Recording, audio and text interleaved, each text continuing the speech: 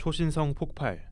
우리는 보통 초신성을 단순히 별이 죽는 모습이라고만 생각합니다. 하지만 놀랍게도 초신성 폭발은 또 다른 새로운 별들이 탄생하는 효과적인 계기가 되기도 하는데요. 똑같은 초신성 폭발이 한 별에겐 죽음을 의미하지만 동시에 다른 별에겐 새로운 탄생의 순간이 되는 거죠. 더욱 놀라운 사실은 현재 우리 태양계가 이 별들의 죽음과 탄생이 공존하는 현장 한가운데 위치하고 있다는 겁니다.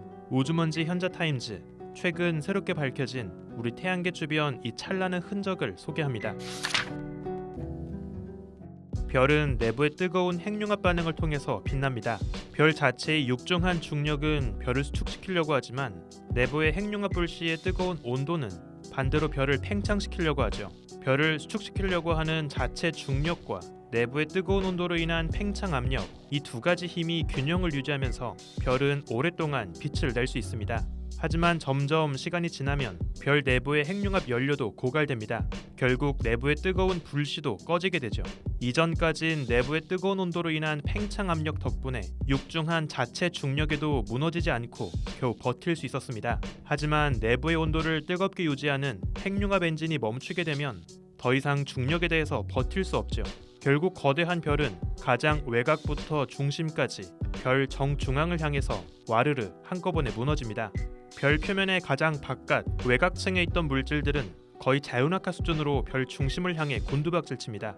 아주 빠른 속도로 별 중심의 핵 위로 떨어진 이 물질들은 다시 엄청난 반동으로 인해서 빠르게 바깥으로 튕겨 날아갑니다. 바로 이 순간 우리가 목격하는 초신성 폭발이 벌어지죠. 흔히 많은 사람들은 초신성 폭발을 단순히 수류탄이 터지는 것처럼 내부에서 강한 압력으로 별을 밀어내고 터지는 모습이라고 생각합니다. 하지만 사실 이건 대표적인 오해인데요. 정확하게 이야기하면 초신성의 폭발은 단순히 내부의 압력으로 별을 터뜨리는 것이 아닙니다. 자체 중력으로 인해서 한꺼번에 별 중심을 향해 와르르 무너졌던 외곽의 물질들이 그 중심의 핵을 한번 때리고 다시 반동으로 튕겨 날아가는 과정이 실제 초신성의 폭발이죠. 건물이 무너지는 모습으로 비유한다면 많은 사람들이 착각하는 초신성의 폭발은 가만히 있던 건물이 갑자기 빵 하고 터지면서 사방으로 파편이 날아가는 모습에 가깝습니다. 하지만 실제로 벌어지는 초신성의 폭발 과정은 건물이 땅 위로 내려앉으면서 땅 위로 빠르게 떨어진 파편들이 다시 반동으로 인해서 땅을 한번 찍고 사방으로 퍼져나가는 모습과 같다고 볼 수 있습니다. 이러한 초신성의 폭발은 우주에서 벌어지는 가장 강력한 현상 중 하나입니다. 이 엄청난 폭발은 사방으로 강한 충격파를 일으키죠. 그 여파로 주변을 채우고 있던 성간 가스 물질들도 빠르게 밀려납니다. 그래서 폭발이 벌어진 지역 주변은 깨끗하게 모두 쓸려나가죠. 반면 충격파로 인해 밀려나간 가스 물질들은 아직 밀려나지 않은 더 바깥의 물질과 만나면서 높은 밀도로 압축되는 일이 벌어집니다. 책상 위에 쌓여있는 먼지를 후 하고 입으로 불면 바람을 바로 맞은 부분은 먼지가 모두 깨끗하게 불려나가지만 그 밀려나간 먼지들이 사방에 둥글게 쌓이면서 둥근 먼지벽이 쌓이는 것과 같죠. 이렇게 사방으로 높은 밀도로 압축된 성간 먼지 반죽 속에선 다시 새로운 별들이 만들어지게 됩니다. 그리고 이 과정은 계속 이어집니다. 한 별의 죽음이 다시 새로운 별들의 탄생으로 이어지고 또 그 별들이 다시 죽게 되면 또다시 새로운 별들의 탄생으로 반복되죠. 놀랍게도 우리 태양계 역시 이 소멸과 탄생이 공존하는 현장 한가운데 위치하고 있습니다. 현재 태양계는 사방에 가스 물질이 둥글게 불려나가서 아주 낮은 밀도로 텅 비어있는 거대한 가스 거품 속에 놓여 있습니다. 보통 우리 은하는 각설탕만한 부피 안에 수소 원자 0.3개 정도의 밀도로 입자들이 분포합니다. 하지만 태양계를 둘러싼 이 거대한 가스 거품 속은 이 평균에 비해서 10배 더 밀도가 낮습니다. 마치 태양계를 중심으로 사방으로 둥글게 텅 비어있는 것 같은 이 거대한 공동 캐비티를 로컬 버블이라고 부릅니다. 그 크기만 1000광년에 이르죠. 이 거대한 가스 거품은 지금도 꾸준히 팽창하며 넓어지고 있습니다. 더욱 재밌는 사실은 태양계를 둘러싼 로컬 버블의 둥근 가장자리 벽을 따라서 비교적 최근에 태어난 어린 별들이 많이 분포한다는 겁니다. 게다가 이 어린 별들은 계속 넓어지고 있는 로컬 버블의 팽창과 함께 움직이면서 동시에 같은 방향으로 사방으로 퍼져나가고 있죠.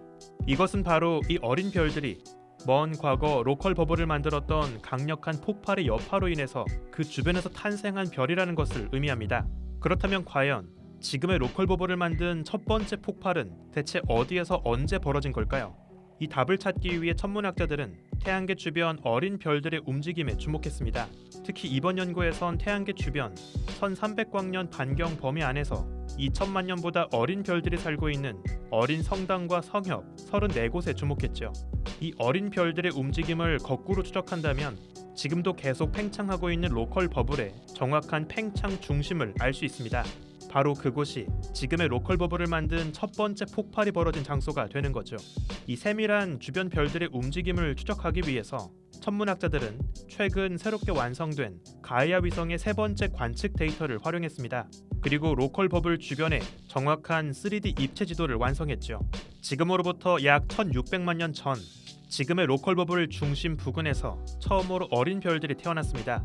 이 당시에 태어난 어린 별들은 센타우루스 자리와 이리자리 성단, 그리고 센타우루스 자리와 남십자 자리 방향의 성단을 이루고 있습니다.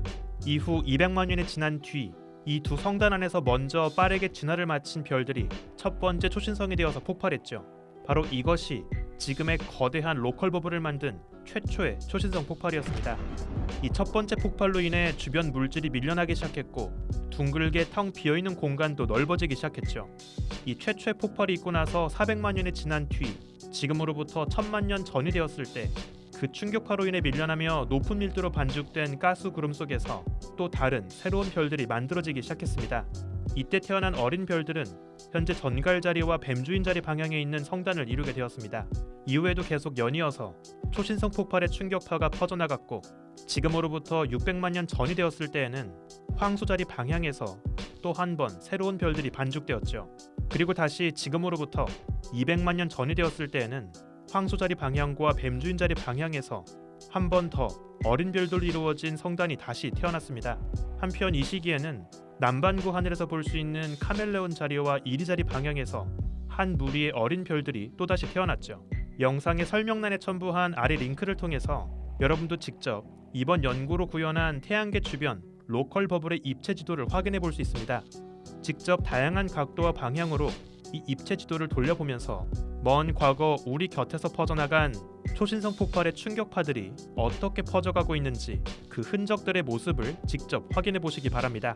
이렇게 지금까지 1600만 년 사이에 약 14번의 초신성 폭발이 있었습니다. 그리고 이 폭발의 여파로 사방의 물질이 둥글게 밀려나가면서 지금의 로컬 버블이 만들어졌고 그 외곽 가장자리에는 밀려난 가스 물질이 반죽되면서 어린 별들이 빛나게 되었죠. 로컬 버블은 지금도 대략 6km/s 시속으로 환산하면 대략 시속 23,000km의 빠른 속도로 팽창하고 있습니다. 1시간 사이에 지구 2개 너비를 휩쓸고 지나갈 수 있는 아주 빠른 팽창 속도죠. 한편 이번 결과에 따르면 현재 우리 태양계가 로컬 버블의 한 가운데 위치하게 된 것은 단순히 우연인 것으로 보입니다. 우리 태양계는 로컬 버블을 만든 1600만 년 전의 초신성과는 상관없이 훨씬 전인 50억 년 전에 태어난 나이 많은 별이죠. 로컬 버블과 별개로 훨씬 전부터 우리 은하 주변 궤도를 돌던 태양계는 500만 년 전 팽창하고 있던 로컬 버블 속으로 우연히 진입했습니다. 그리고 계속 자신의 궤도를 따라 움직이던 태양계가 하필이면 마침 딱 로컬 버블의 중심 부근을 지금 지나고 있을 뿐인 거죠. 한 가지 재밌는 사실은 우리 태양과 로컬 버블의 궤도를 쭉 추적해보면 대략 260만 년 전 태양계 주변에서 초신성 하나가 폭발했었다는 사실입니다. 그런데 마침 이 시기는 지구에 살던 거대 동물종 36%가 사라지면서 신생대의 네 번째 시기 플라이스토세로 넘어갔던 시기와 딱 일치하는데요. 이때 벌어진 대멸종 사건을 플라이오세 대멸종이라고 부릅니다. 더욱 흥미로운 점은 바로 이 시기에 쌓인 지구의 최적층을 파보면 초신성이 터질 때 잘 만들어지는 철의 동해원소들의 양이 갑자기 많아진다는 겁니다. 그래서 일부 천문학자들은 이 당시에 지구 근처에서 터진 초신성이 지구 생명체의 대멸종의 원인이 되었을 거라 추측하기도 하죠. 다행히 이때 폭발한 초신성은 지구에 바짝 붙어있진 않았기 때문에 초신성 폭발에 그대로 휩싸여서 지구 자체가 산산조각 나진 않았습니다. 하지만 초신성이 터지면서 사방으로 튀어나온 우주 방사선들이 지구 대기권으로 쏟아지면서 지구 기후에 영향을 주었을 거라 추정할 수 있습니다. 정말 아무런 예고도 없이 수십 광년의 먼 거리에서 갑자기 폭발한 초신성이 지구 생명체의 멸종을 이야기할 수 있다니 정말 마른 밤하늘의 날벼락이 아닐까요? 이번 연구 결과는 초신성의 폭발이 주변에 새로운 별을 만들 수 있다라고 하는 이론적인 모델을 관측을 통해 입증했다는 중요한 의미가 있습니다. 그동안 기존의 많은 시뮬레이션에선 이 초신성 폭발에 의한 피드백을 과소평가한 점이 있는데요. 보통 시뮬레이션 속에서 진화를 마친 별들이 초신성이 되어서 폭발하고 나면 단순히 그 폭발 지점 주변의 가스 물질이 모두 불려나가고 별을 만들 수 있는 재료가 모두 사라진다는 방식으로 간단하게 가정해왔죠. 그래서 기존의 시뮬레이션에선 초신성이 한번 터지고 나면 그 주변에서 새로운 별들이 다시 태어나지 않게 되는 경우도 많았습니다. 하지만 초신성의 폭발은 단순히 한 별의 죽음만을 의미하지 않았죠. 그 장엄한 죽음이 남긴 충격파는 별이 사라진 이후에도 계속 사방으로 퍼져나가면서 주변에 또 다른 어린 별들을 만들어냅니다. 초신성 폭발의 현장은 한 별에겐 최후를 맞이한 무덤이 되지만 동시에 또 다른 별들에겐 새로운 탄생을 의미하는 요람이 되는 거죠. 이처럼 초신성의 피드백 효과를 더 제대로 반영해 주어야만 시뮬레이션에서도 실제 우주의 별 탄생의 역사를 더 잘 재현할 수 있습니다. 보통 우린 사람의 인생을 요람에서 무덤까지라고 이야기하죠. 그런데 별의 경우엔 그 요람과 무덤이 같은 장소입니다. 어쩌면 별들의 삶은 요람에서 무덤이 아닌 무덤에서 요람까지라고도 할 수 있지 않을까요?